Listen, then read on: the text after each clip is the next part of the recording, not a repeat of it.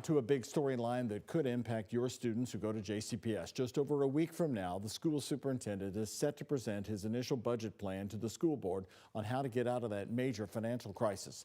And Kentucky lawmakers are watching now very closely on what happens next. Right now, there's already been proposals and conversations around legislation that could directly impact JCPS if passed this year. First, a high-ranking Senate leader says they could be taking a close look at financial decisions that the board makes.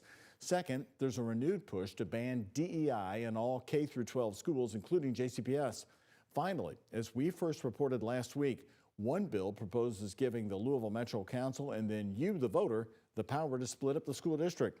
WHAS 11's political reporter Isaiah Kim Martinez has new interviews from Frankfort tonight about the new scrutiny for JCPS.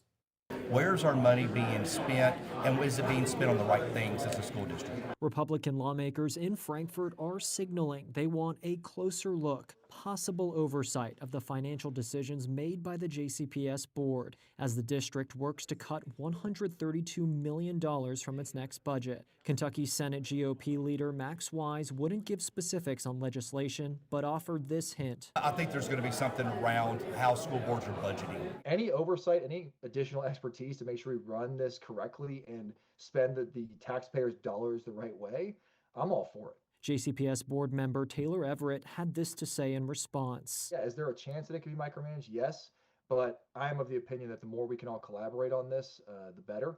I think it'll be better for students in the end. The legislative session just started, but there are already a couple proposals that could have direct impacts on the state's largest school district, if passed. That includes Republican Senator Lindsey Titchener's bill to make all DEI programs in K-12 schools illegal. The way the language is written, no resources can be expended towards DEI initiatives. She's taking aim at initiatives like JCPS's racial equity policy. This line on the district's website reading, "Racial equity must be something that every adult in Jefferson County Public Schools must agree to face, fix, and fight for." I think there's a lot of distracting efforts and resources being pulled away from teaching those basic skills that we need, and we can see it in our scores. We also told you about the push from State Representative Jared Bauman, a Louisville Republican, to let the Louisville Metro Council and Jefferson County voters decide whether to split JCPS into smaller districts. It isn't clear yet whether that bill will be a priority. Kentucky Senate President Robert Stivers says it's not something he was told about. I did not know that Jared was going to file anything like that,